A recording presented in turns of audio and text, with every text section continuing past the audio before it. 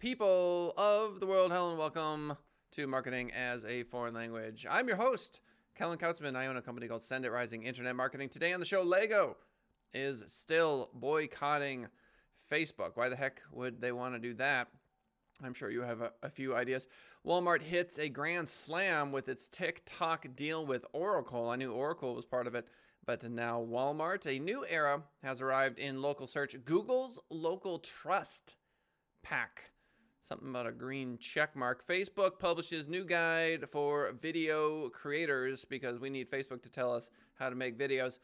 Did Google just hint at an authority profile? I remember when you used to be able to put little pictures next to your website. That went away very quickly. What's this authority profile? We'll learn. Facebook adds new tool to help creators protect their images. And last but not least, how to know if an online marketing expert is actually credible. I might know something about that, but stay tuned to find out. The show starts now.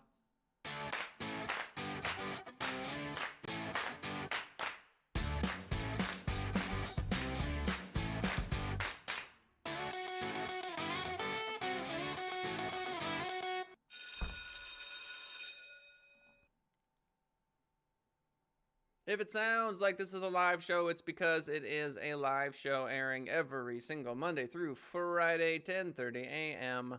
Pacific Standard Time. If you want to join us for the live show, please feel free to swing on by the YouTube channel. All you got to punch in is Send It Rising. Or Marketing as a Foreign Language. I think it shows up for that as well. Hit the subscribe button. Boom, you get notifications, and voila. If you're listening to us on the podcast, thank you so much. We appreciate you. It's been growing a lot lately. Number one article of the day, the unfilteredlens.org writes, Lego is still boycotting Facebook for unclear reasons. To be fair, toy maker Lego still doesn't use his advertising budget for commercials. I'm beginning to question the authority of this article. His advertising budget for commercials on Facebook. The Danish company banned several social media sites this summer because too little action was taken against racism and hate speech via the platforms. For a number of the companies, the blockade has been lifted, but Facebook is not yet part of that group. So Lego is indicating that it will make payments to YouTube, Snapchat, Instagram, and Twitter, but not so much on the Facebook side. So it's pretty clear to me, and we've covered this ad nauseum, that these boycotts from major players does not have the intended effect. It is getting people to pay attention. I, for one, am spreading the message as well, obviously, through these articles. But as we covered in a previous episode, there simply is too much money flowing into the Facebook machine for these to have too much of a dent. They are largely PR related. Is it the start of something big? Only time will tell. All links to all articles that we read on the show are right there in the description wherever you happen to be listening to us from. Finance.yahoo.com. Walmart hits a grand slam with its TikTok deal with Oracle. Brian Sozzi, editor at large, writes, Sam Walton could very well be smiling down on one of his disciples right now after hitting a dinger out of the ballpark. Walmart CEO Doug McMillon is in fact that baseball smasher and arguably his most important deal. And there have been quite a few to speak of since taking over as CEO in February of 2014. McMillon over the weekend signed off on a partnership with Oracle that will find it as an investor in social media juggernaut TikTok. Walmart didn't disclose how much it will pay for its 7.5% stake in the new TikTok Global. Reports have Walmart and Oracle shelling out a combined $12 billion for their total 20% stake, but the dollar amount doesn't really matter. What does is that McMillon, who will be one of 5 executives on TikTok Global's board, ponied up. Why does this matter? Well, you want Walmart to take those billions of dollars and invest it in opening 500 supercenters by 2025 in the saturated U.S. retail market. If you are a Walmart shareholder, of course, that's not what you should want. That would be an awful use of shareholder capital, according to this particular article. So, wow. So the argument here is that, do we want more grocery stores? According to this person, no. We want Walmart to invest in TikTok? Okay, I don't know about you all. I understand that the TikTok numbers are fantastic.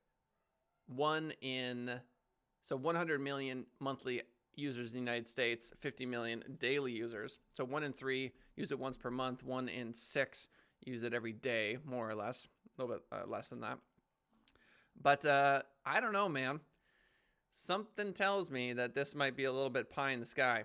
Are we that happy that they're not opening more stores? There are things called food deserts in the United States, for the record. And here we've got Walmart spending a lot of money investing in TikTok, which, I don't know, man. Maybe that's a good investment. I think he's a little bullish on this, and I am not as much as this particular person. Because at the end of the day, MySpace, Ask Jeeves, AltaVista, not everybody makes it. And the major players, they can fall quickly. I mean, when the next big thing comes along. I mean, obviously, Facebook ubiquitous. I mean, that's the argument they're making, is that TikTok's not going anywhere. We shall see. Next article, searchengineland.com. A new era has arrived in local search. Google's Local Trust Pack. The variables that drive performance for local search ads, LSAs, extend beyond the prominence, relevance, and proximity factors we have built strategies for. Justin Sanger writes, this might get a little complicated, but we will dive in. We are in the midst of a transformation in local advertising. Google has a new form of trusted answers that are revealed through a unique and compelling sponsored ad unit. The advertisers that participate in this new layer of trust are proudly displayed next to a green check mark badge. So gorgeous. This designation is quickly becoming a symbol of trust. I want to say that these local search ads are, local service ads. I got that wrong. LSA, local service ads. I want to say that they are only for certain industries. Google is so confident in the consumer value of these answers that they put them atop their precious search results pages. When speaking to local businesses, Google states that they can, quote, earn customers' trust with the badge. It tells them that the badge will give users more confidence to book your services. It is increasingly important for local business owners who are eligible to obtain the Google badge of trust. But the real value of the badge is in the access it provides to local service ads, LSAs. This is Google's Local Trust Pack. It is a cost per call advertising inventory unit. Cost per call. That's what everyone wants. Oh, it's $8 a call? Let's do it. That acts unlike anything we've ever encountered as marketers. So we're looking at 3 ads for those of you that don't have visuals. Stanley Steamer. Super clean, guys. Bella Carpet Cleaning. So 3 carpet cleaning ads are appearing here. Each of them has this green check mark next to it. It's got the phone number there. Give them a ring. Badges are earned within 2 distinct programs, Google Guaranteed and Google Screened. The more mature Google Guaranteed now covers most home service categories, including appliance repair, carpenter, carpet cleaner, electrician, house cleaning, interior design, landscaper, lawn care provider, mover, pest control technician, pet care provider, pet groomer, plumber, roofer, tree service provider, water damage, window cleaner, window service provider, and flooring, foundations, countertop, HVAC, and siding pros. The green check mark for Google Guaranteed providers signifies that Google has verified the business and backs the services booked. This year, Google solidified the growth intentions behind its newly minted trust layer with the launch of Google Screened for professional service providers. This program is for lawyers, financial planners, real estate agents, photographers, event planners, and tax specialists. The Google Screened badge means that it has verified the provider's background and backs their expertise. That is a big deal. Here we've got 3, I assume, real estate agents. Yes, you've got their reviews in stars, number of years in business, and phone call to give them a ring. Over a series of articles, this particular author is going to address Google Guaranteed and Screened. The big takeaway here is that if you are not checking out Google Guaranteed for that long list that I gave earlier, or Google Screened for lawyers, financial planners, real estate agents, photographers, event planners, and tax specialists, it's definitely something you want to put on the radar. These ads appear to be high converting because Google is giving them the bump, the trust bump. Thank you to everyone hitting the like button. Please do leave a comment. Love me some comments. Facebook publishes new guide for video creators. Andrew Hutchinson is the author. Facebook has published a new 14-page guide for video creators, which provides practical tips on both maximizing your video content and boosting audience engagement with your video uploads on the social network. The guide is split into 2 sections. The first section outlines 6 tips on maintaining production and maximizing your content library. So they are promoting going live, which is obviously what we're doing here. Repost your evergreen, timely, and topical content. Bulk upload your back catalog using Creator Studio. Organize your content using new playlist and series tools. I dig playlists. Create or join a relevant challenge and invite fans to participate. Highlight your top stories around specific themes. Each tip includes its own overview section with specific details on how you can implement it within your approach. The second section is all about building an online community. Go live with a friend or fan. Connect in Facebook groups. That's something I could get better at. Host a watch party, add a poll, get active, use stickers. Well, there you have it. Some pretty basic ideas, but if you click on this link in the description, you'll get to see the new 14-page guide for video creators if you really want to dive into that. Next article, searchengineland.com. Did Google just hint at an authority profile from Morty Oberstein? A recent blog post from Google points to defining a paradigm on the search engine result page with what we now know as a core update. Occasionally, Google hits the keyboard and churns out a new post that explains what goes on behind the scenes. At times, these posts are meant to serve as general introductions to a given topic. In other instances, Google uses its blog to update the industry as to its latest advancements. This is exactly what happened on September 10th when Google's Danny Sullivan and Pandu Nayak simultaneously released blog posts on reliability and quality on the search engine results page. For our purposes, I want to focus on Danny's post, how Google delivers reliable information in search. So, while I am sure many saw latent depth in other parts of Google's post, to me the following was like a neon sign blinking furiously. All right, this is from Google. For topics where quality information is particularly important, like health, finance, civic information, and crisis situations, we place an even greater emphasis on factors related to expertise and trustworthiness.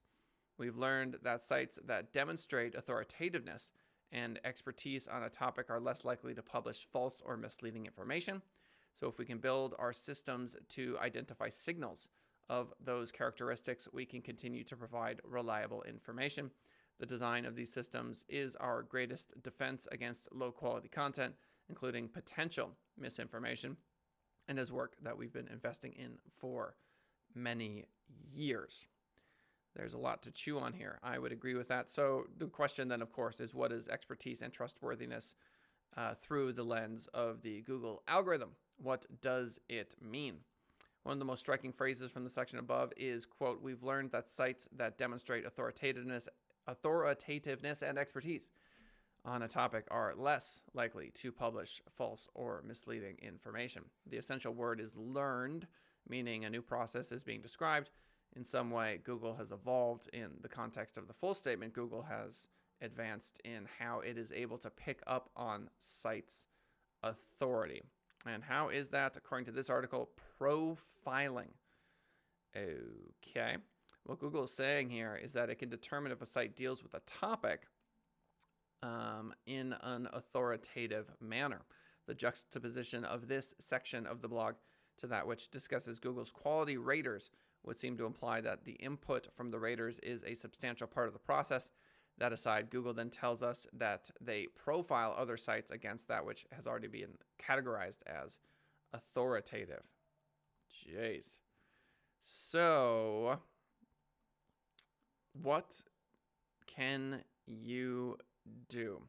Watch the super authorities in your niche industry very carefully. You don't have to wait for Google. Don't just sit back and watch while Google's authority profile evolves. In many ways, you have the upper hand. Google is trying to establish a profile and then has to rely on machine learning to execute. That's no small task, and the extent to which Google has been successful here is pretty amazing. However, if you're a person, you can analyze things like a human far easier than a machine can because you're human, Wow, this is quite a profound article. So start profiling the known authorities with your topical niche of, yeah. So really, I think what they're saying here is if you are a travel blogger, you really want to check out the sites that are ranking number one. This is just the same argument year after year, over and over again. For some reason, SEO, marketing, social media marketing, this sort of thing, because there's all these news bits that come out, people think that, oh, it's ever evolving. It's like, yeah, it is. But, basketball is pretty much put the ball in the hoop. And that's still what we're talking about here. It's still what we're talking about here. So you look up the top 5 that are ranking for whatever keyword you want, and you learn from them. You take a look at the competition. You take a look at what Google is considering to be the best of the best. Why do they believe that? Why are they currently giving those people those top slots? And you can call it whatever you want. You can call it an authority profile. Okay, fine. You look at their backlinks, you look at their social media, you look at their YouTube, you get a sense of what the heck they're doing. And then, flattery is, imitation is a high form of flattery, is it not? So you can go, look, if you imitate Michael Jordan on the basketball court, it's probably not the end of the world. You'll develop your own style, but yeah, you're going to want to be able to hit a 3 feet behind the arc. You're going to be able to want to drive to the lane. You're going to want to be able to break some ankles as you shift left to right. You're going to want those skills, and taking a look at someone and mimicking them is not the worst advice in the world. So I feel like there's all this jargon around what to do as Google says, oh, we're going to use this authority profile or whatever. Point is that it will always be a race to quality. And even if there are people that figure out ridiculous ways to spam the system, it's always temporary. It's just like get rich quick schemes. You know what I mean? It's temporary. So what can you do? This is the question to meditate on. What can you do to be more like the top players? Are the top players producing loads of content? Can you do that? What's reasonable for you? What keywords could you actually rank for? How many reviews could you actually get on your Google profile? How much social media can you actually do the right way? Can you go live with regularity? Can you get a YouTube channel up and running? Let's say you're doing all of those things. Can you advertise to those channels? What kind of budget do you have? I mean, scaling a business in 2020 during a pandemic is stressful and difficult, and also incredibly rewarding and really fun. So to what extent is an authority profile relevant? Kind of. I feel like it's just another way of saying something we've known for a long time, which is you really, really, really want to be the expert. You want to be the expert, which means you actually have to be the expert first and foremost. You'll notice that people that have real skill and real talent tend to just make their way to the top. There's a lot of people that don't make it until they're 45, 50, 55 years old. And I'm sure during their 30s and 40s, they're going, what do I need to do? I'm doing everything right. Some things take a really long time to mature and get where they need to go. So if you're building a business and you think to yourself, yeah, I'm an expert, but no one knows it. If it's not on the internet, it doesn't exist. So what can you do today to get your expertise onto the internet? That's the question. Facebook adds new tool to help creators protect their images. People and publishers will be able to manage images across Facebook and Instagram. Carrie Mahalsik, perhaps, with CNET.com writes. Facebook on Monday said it's expanding its tools to help creators and publishers protect their intellectual property, similar to its tools for managing video and music rights. Rights Manager for Images uses image matching technology to help creators and publishers protect and manage their image content. Across Facebook and Instagram, the company said in a blog post the tool is rolling out to select partners Monday, though it's unclear exactly who this includes. The social network eventually plans to offer it to everyone, said a Facebook spokeswoman. People have to apply to use the Rights Manager tool, which is available in the Social Networkers Creators Hub. So again, all links to all articles are right here. So if you're interested in checking out the Creators tool, I should say the Rights Manager for Images tool, go ahead, click that link and check that one out. Last article of the day, how to know if an online marketing expert is actually credible. So maybe you don't want to be an expert in online marketing. Maybe you're just an expert plumber or whatever, and you just want the phone to ring. How do you figure out who knows what they're doing? We've all heard of SEO experts, thought leaders, or best-selling authors who claim to have the perfect strategies to boost your bottom line. Here's how you tell if they're legit. Entrepreneur.com, John Boycotts is the article's author. The internet is filled with information, but only some of it is accurate. Blah, blah, blah. These first paragraphs are also terrible. Let's move on. When entrepreneurs and business people seek advice about aspects of their business, such as online marketing, they might not know where to turn. So many blogs, articles, ebooks, and webinars, blah, blah, blah, blah. So quality, not quantity. This is obvious thought leadership delivery. Okay, what's he mean about this? If you have the opportunity to see the online marketing expert present at a conference, event, or webinar, take the time to listen to their delivery and the meat of their message. I've done lots and lots and lots of public speaking, and this right here is a big deal. So what's worked for me as an internet marketer is, look, I know when I walk into a room, most people already have their defenses up. They're afraid that I'm going to try to sell them. And having done this a lot, my blood pressure at this point does not really go up. It used to, but not so much anymore, because I'm there to truthfully answer as many questions as I possibly can. And I'm not afraid to say this, we're not a good fit for you, which has a calming effect on me. I used to be like, feel like you have to work with everyone. So on the other side of the table, the marketer is going like, is this a good program that I even am interested in taking on? Which can be tricky. Because there's programs all over the place and we're not always the best fit for everybody. But I show up with the book that I wrote. I can autograph it and give it to them. That's always nice. Usually do that at the end of the meeting. And then, the fact that I'm willing to stand up in front of a group of people and field questions and talk has been really, really helpful for me. So I feel like he's right. If you're thinking about